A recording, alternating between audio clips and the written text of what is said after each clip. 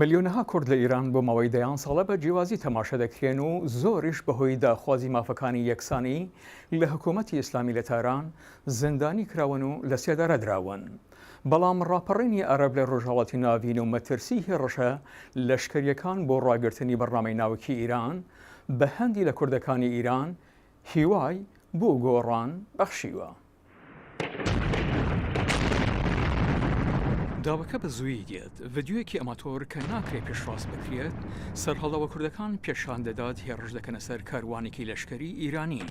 ئەوان ئەندامانی پژاک پارتی ژیانی ئازادی کوردستانن کە گروپێکی گرلان شەڕی حکوومەتی ئیران دەکەن. ڕێزان جاوید فەرماندەیە. پژاک لە ساڵی 2004 بەرەو دواوە داخوازیەکانی لە چاپەمەنیەکاندا ڕاگەیاندووە. ئێمە لەگەڵ مەفڕەوەکانی گەلی کوردین لە ڕۆژهەڵاتی کوردستان و سیستمی دیموکراسی لە سەرانسەری ئیران.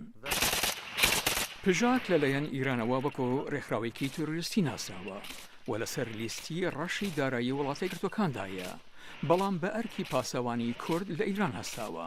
پشبەستن بە بنکەکانی لەو بەری سنوورەوە لە کوردستانی عێراق، سەرهەڵداوەکان بە بەردەوامی لەگەڵ پاسدارانی شۆڕەشی ئیسلامیدا بە شەڕ هاتوون. لە ساڵی ڕابردوو ئیران پێشنیاری ئاگربەسێکی لەلایەن پژاکەوە پەسەند نەکرد. تەماشاکە ئیمە لایەنگیری پێکەوە ژیانی ئاشتیانەدان لە نیوان گەلاندا و تا ئێستا داوای جیاکردنەوەی گەلی کورد لە ئیرانمان نەکردووە. ئێمە دەمانەوێ گەلی کورد لەگەڵ گەلانی تری ئیراندا یەکسان و ئاشتیانە بژێن. زۆربەی کورد لە ناوچەیەکی فراواندا لە ئیران، عێراق، سووریا و تورکیا دەژێن. نزیکەی 12 میلیۆن کورد لە ئیران دەژێن بە زۆری لە باکووری ڕۆژئاوای وڵاتەکەدا نزدیک بە سنووری عێراق.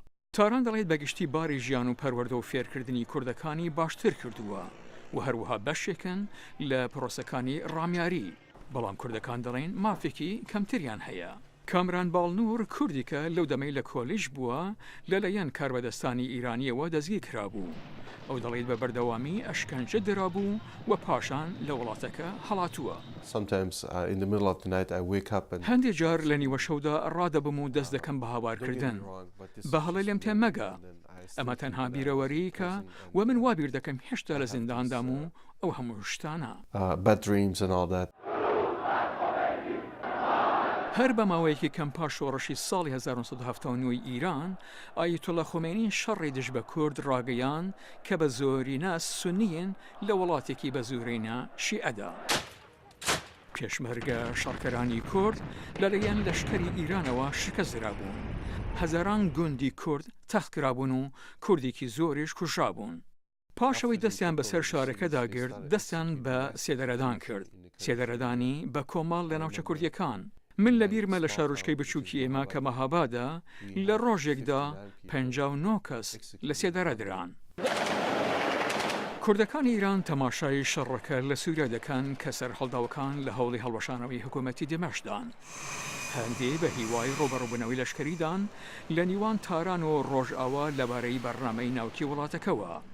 ئەوان بە هیوان هێڕشێک لەوانەیە بۆ ڕاپەڕینێک دژ بە حکوومەتی ئیسلامی ئیران سەرکێشی بکات و هەڵسوکەوتێکی باشتر بەرامبەر بە کوردەکان لەلایەن حکوومەتە نوێیەکەوە.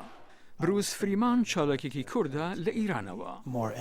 من لەو بەڕوایدان زۆرینەی کورد لەگەڵ جۆرە دەستێکەڵاوێکی لەشکریدان بۆ چارەسەرکردنی ئەمبارە.